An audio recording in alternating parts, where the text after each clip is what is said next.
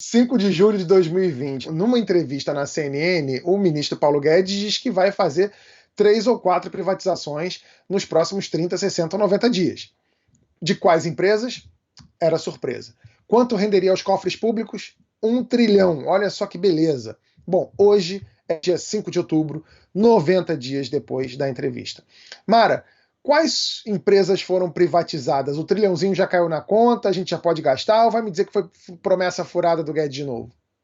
Não, ele privatizou a BR, distribuidora, ano passado. 10 bi entraram. Quase 10 bi. Chegou a ser 10 bi entraram. É muito interessante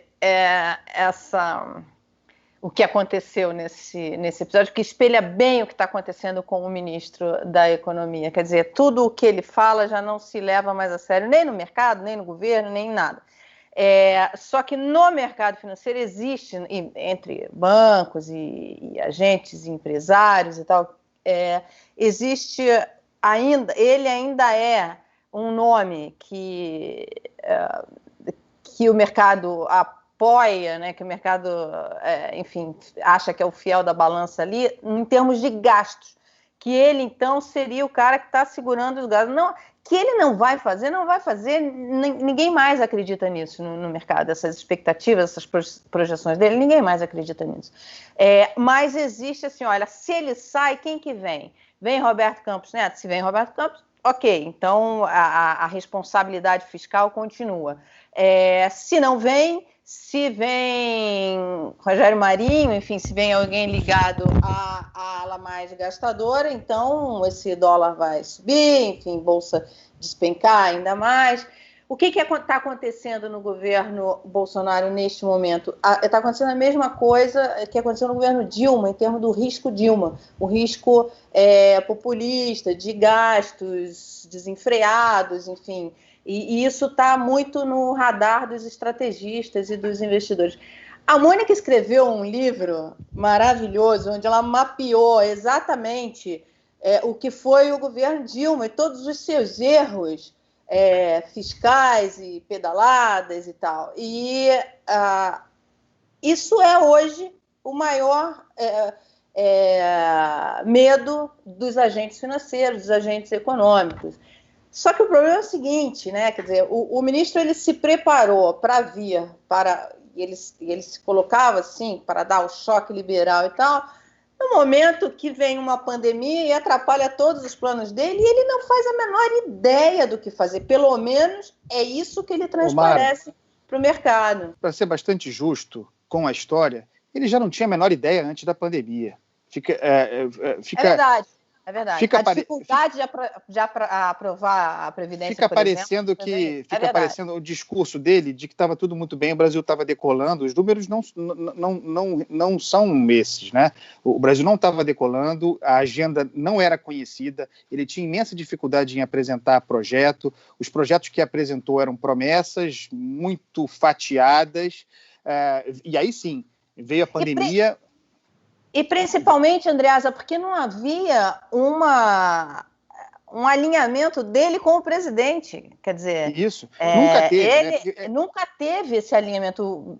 O presidente nunca foi um liberal. As coisas pioraram com o tempo. A pandemia fez agravar essa situação, mas conceitualmente, estou sendo ousado aqui de falar isso na frente da Mônica, mas conceitualmente, um programa de reformas estruturais do Estado é absolutamente inconsistente com a plataforma reacionária do bolsonarismo, que é, por natureza, geradora de cismas, né, de crises, de instabilidade. É o chão perfeitamente inadequado para um programa reformista, se programa reformista houvesse, porque nós nunca conhecemos esse programa. Esse é o ponto. Numa segunda etapa, agora já sob a pandemia, eu acho que o Paulo Guedes já era, né? Ele talvez sirva ali como carcaça para enganar algumas pessoas, assim como já era.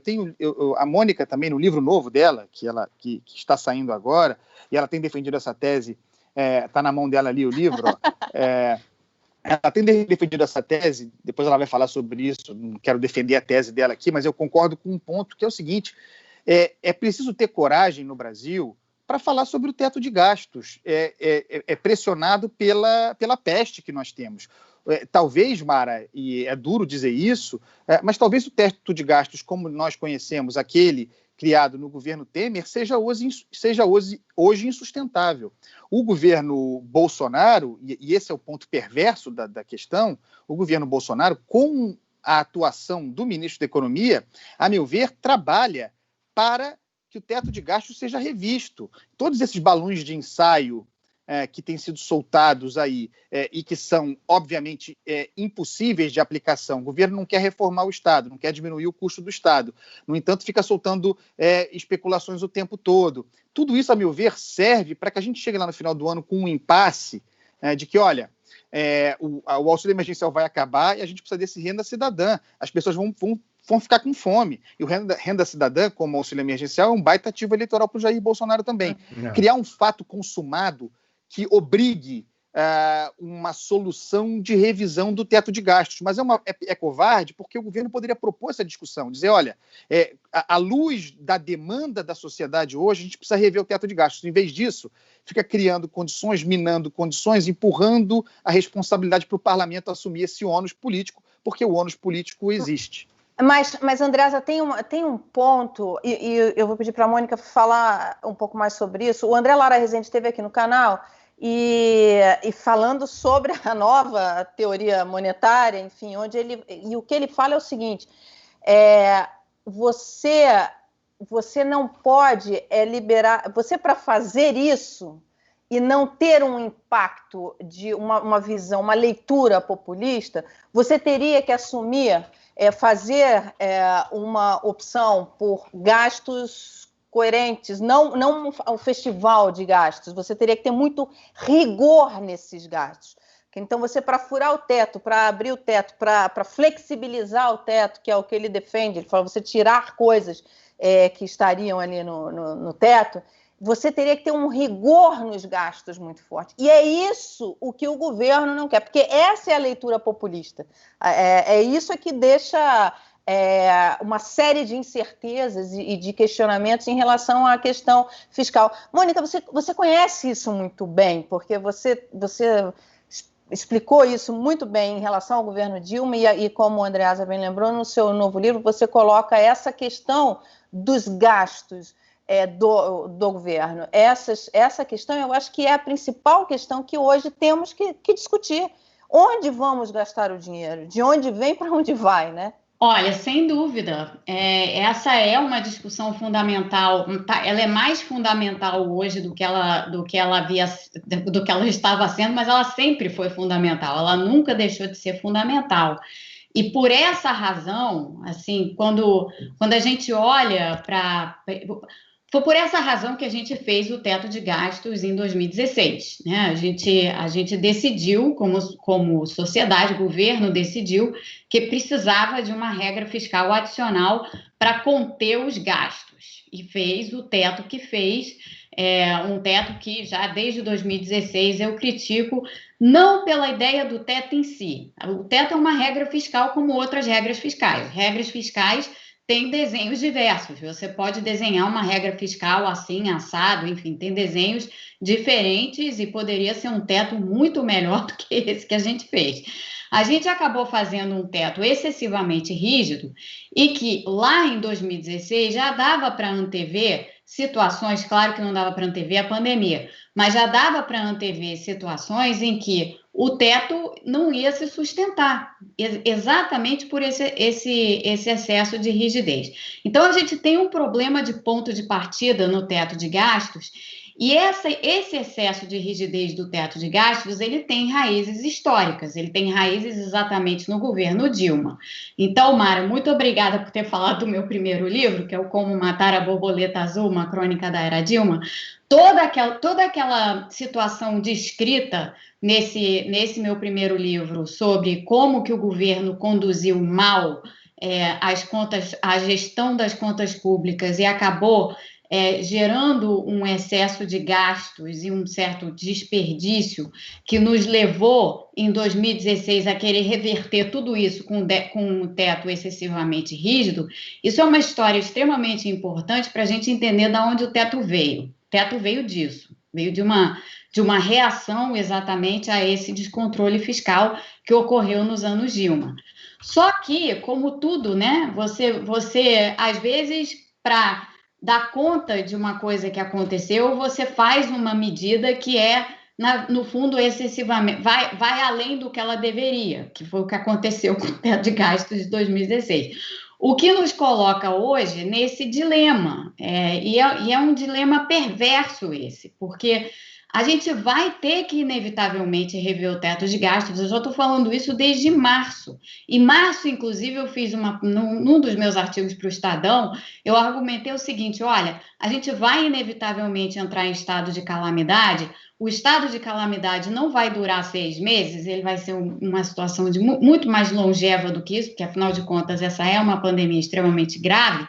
Então, por que a gente não faz uma espécie, já que vai haver resistência a modificações no teto de gastos, por que a gente não pensa em alternativas como, por exemplo, suspende o teto de gastos por, sei lá, 2 anos, e aí pensa o que você vai modificar nesse período para que você possa dar conta dos desafios da pandemia e, ao mesmo tempo, você não elimine por completo uma regra fiscal que foi feita como emenda constitucional, né? Porque ela está na Constituição, que é outra idiosincrasia do nosso teto.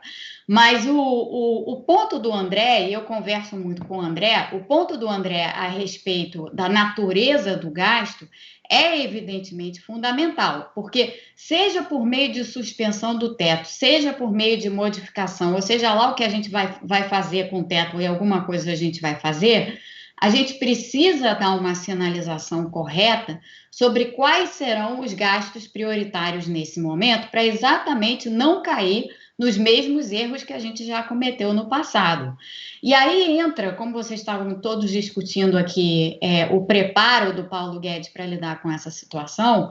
O Paulo Guedes não tem muito uma noção do que é prioritário nesse momento. Isso eu acho que está absolutamente claro, né, desde o princípio.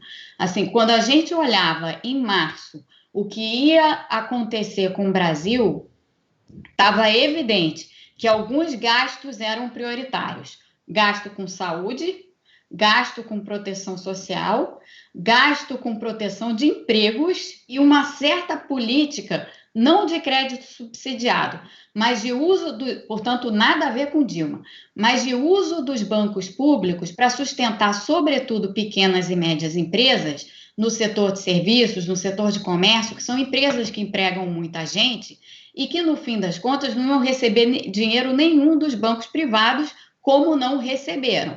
Então, ali estava muito claro que havia um rol de medidas que precisava ser posto em andamento.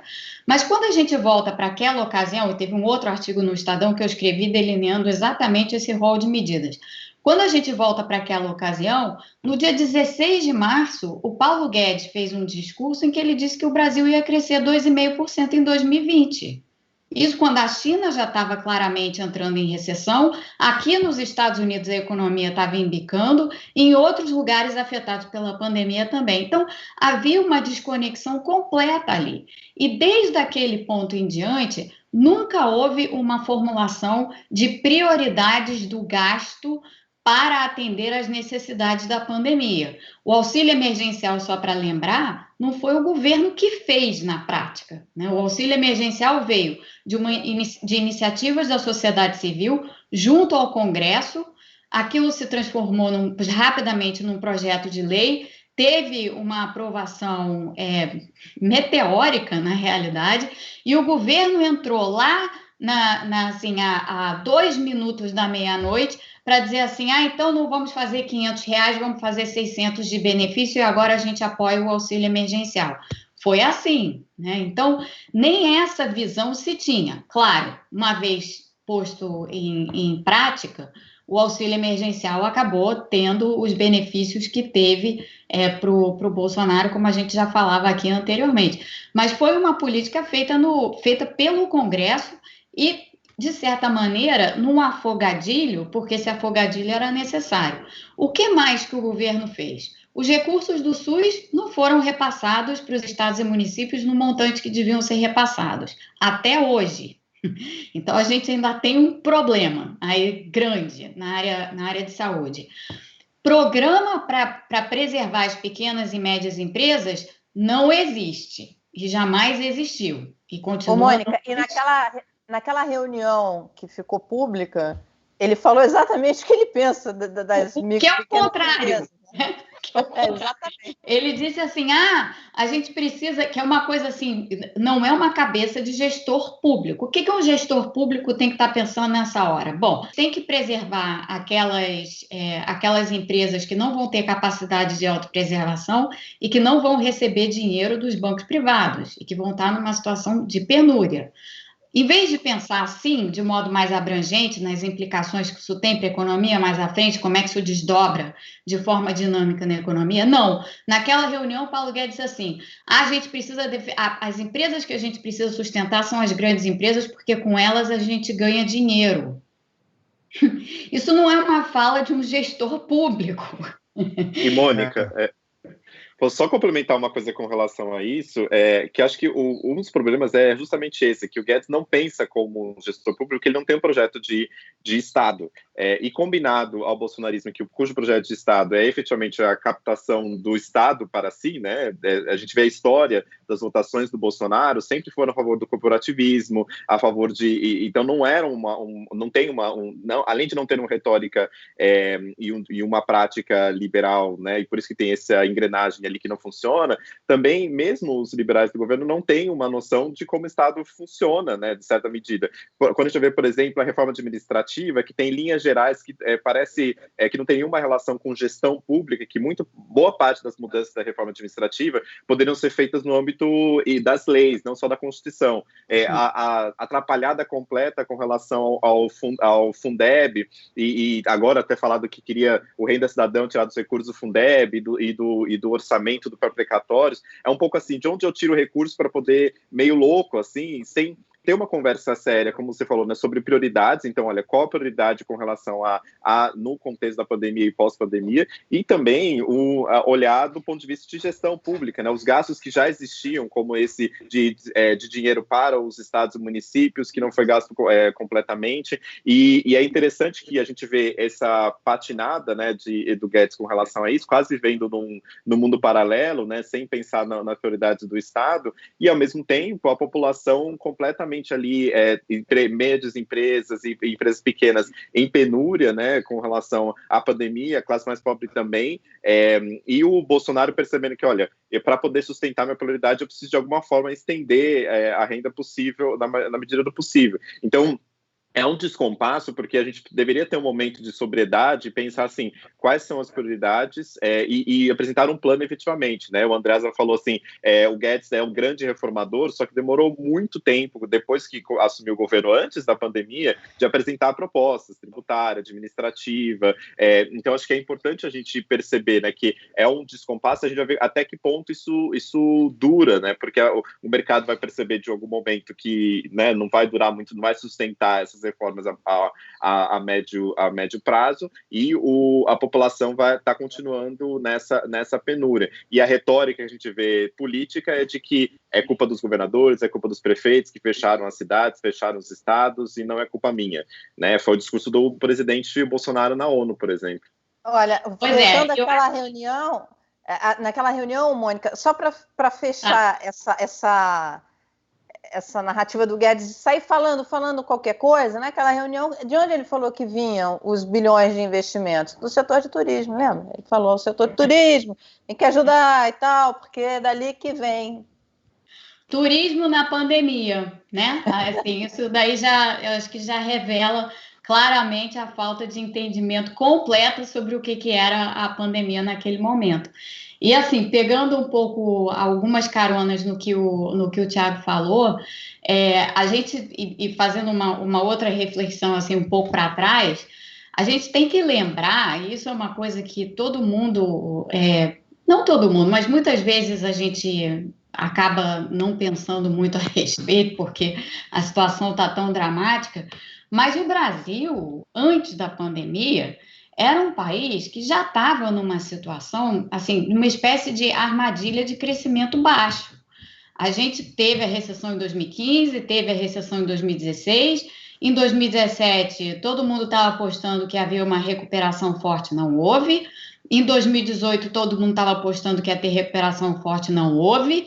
Em 2019, estava todo mundo apostando que ia ter recuperação forte, não houve. E 2020 começou com todo mundo apostando que ia ter uma recuperação forte. Bom, não houve nem vai haver por causa da pandemia.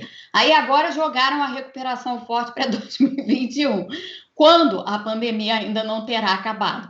Então, assim, a gente tem um problema, eu acho que de entendimento até da nossa própria situação, que não está resolvido. Assim, por que o Brasil, uma pergunta fundamental, por que o Brasil estava numa armadilha de crescimento baixo antes da pandemia? Nossa economia estava crescendo 1% ao ano em média. 1% ao ano em média não dá conta de prover emprego para as pessoas, não dá conta de prover um dinamismo para a economia que gere produtividade, competitividade, enfim, todas as coisas assim que a gente acha necessárias. Aí o discurso era, mas as reformas vão resolver. Bom, as reformas não têm efeito no curto prazo, nem as melhores reformas desenhadas da melhor forma possível têm efeito no curto prazo, elas são todas reformas de médio prazo. Quando a gente fala de médio prazo, a gente está colocando aí uns 3, 4, 5 anos, na melhor das hipóteses, para algumas dessas reformas, se bem feitas, e esse é um grande se bem feitas, surtirem efeito. Então, assim, no fim das contas, essa falta de planejamento, de ideia, de noção do tipo de desafio que o Brasil enfrenta, nós já estávamos com ela há muito tempo. E agora isso daí está triplicado ou mais pelo problema da pandemia.